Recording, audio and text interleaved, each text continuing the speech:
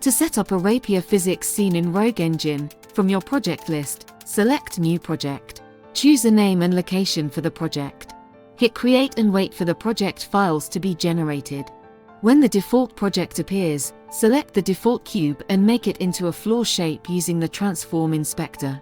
Now create a new object 3D in the hierarchy, and rename it Config. To download the Rapier Physics components, go to the Marketplace. The button is top right in the workspace. From the Marketplace, scroll down and find Rogue Rapier Physics and install the package. When that's done, go back to your config object and add a Rapier Config component by clicking on the Add Component area in the inspector. Select the floor object and add a Rapier Body and Rapier Cuboid component. Set the type of the Rapier Body to Fixed. Add a box to the scene and give it Rapier Body and Rapier Cuboid components. Be sure the type is set to Dynamic. Now test the scene by pressing play.